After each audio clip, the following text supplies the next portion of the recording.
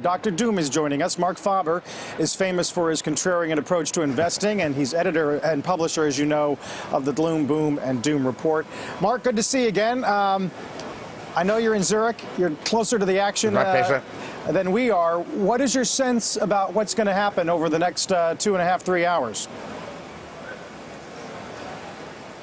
Well, I don't know what other people think, but what I think will happen eventually, and there are so many contradictory statements coming out that nobody really knows, but eventually the same will happen as in the United States. The ECB will print money one way or the other, and the debts that essentially should be written down to a realistic value will continue to be carried on the books of banks at unrealistic values. So the end crisis will be postponed until the sovereigns go bankrupt. Marc, it's David Faber.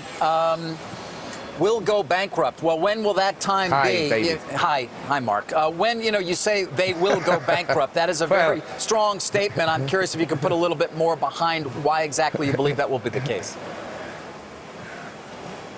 Well, before they go bankrupt, they'll print money, and they can print endless money. And as long as we have Ben Bernanke and Janet Yellen at the Fed, they will also print money. And so they can postpone the end game endlessly. Endlessly not, but say for another 5 to 10 years. But each money printing exercise brings about unintended consequences. And these unintended consequences are partly higher inflation rates than would have been had no money been printed. I just read today that educational costs this year will rise by 8%. And as you know, the typical household cannot afford anymore a good education. So the students have to get students' loan, and now the students' loan almost exceed consumer credit outstanding. So you essentially create more borrowings on top of an over-leveraged society, and eventually the hour of truth will happen. Mr. Faber, I wish I'd caught you kicking off. But that doesn't mean that stocks. The world. Sorry, we've got a really bad delay here. I wish I'd caught you kicking off the World Commodities Week on a Tuesday in London, where I understand from the Journal this morning that your lecture covered World War III, drug abuse, and the failure of the welfare state. And according to this blog, you actually concluded it by suggesting that people should not just diversify their assets, but diversify exactly where they hold those assets, because you believe they will be seized by politicians as welfare states enter their death throes. And I believe from this quote, you concluded by saying that the governments, they're going to blank you, that's for sure. That's quite a negative view, don't you think? I said it differently, but exactly what I mean. I think the governments today are no longer representing the interest of the communities, but they are defending their personal interests. And essentially you can buy votes by voting for people who hand out money, such as Mr. Obama. I think he has a good chance to be re-elected by simply distributing money. 48% of Americans today, they get some kind of government subsidy. And the problem is, in Italy, in Greece, in Spain, everywhere, is entitlements should be cut now and not in 2026. That will be far too late. But nobody wants to accept the reality.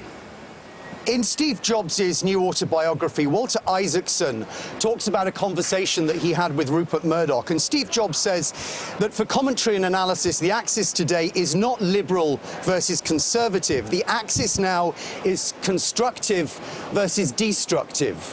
Which side of that line do you think you fall on?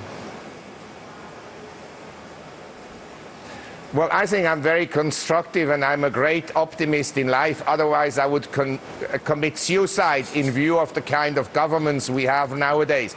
Because for sure, they will take wealth away from the well-to-do people one way or the other. And from the middle class, they will take it away through inflating the economy and lowering the standards of living. The typical household in Western Europe, in the US, has lower standards of living today than, say, 20, 30 years ago. There's no question about this.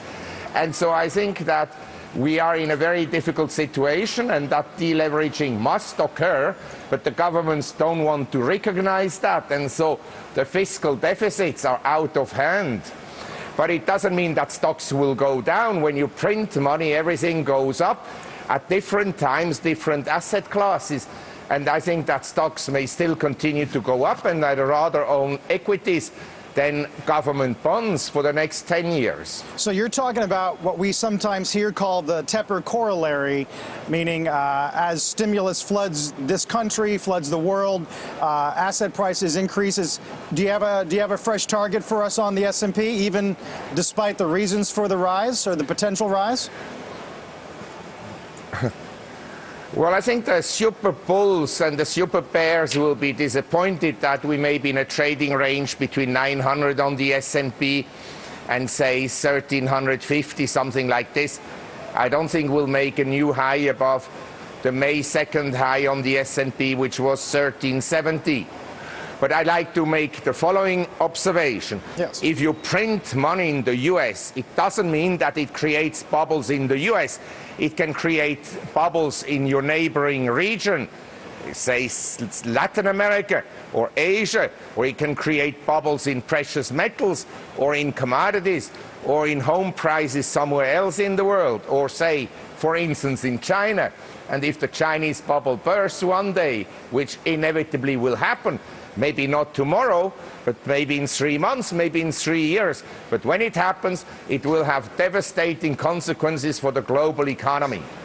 Some might argue a lot of those things have already happened or are happening. Marc, appreciate your time. Good to see you again. Safe travels in Europe. Marc Faber joining us. It is my pleasure. It is my pleasure to be so optimistic. Again. Thanks, Marc. Warming the cockles of our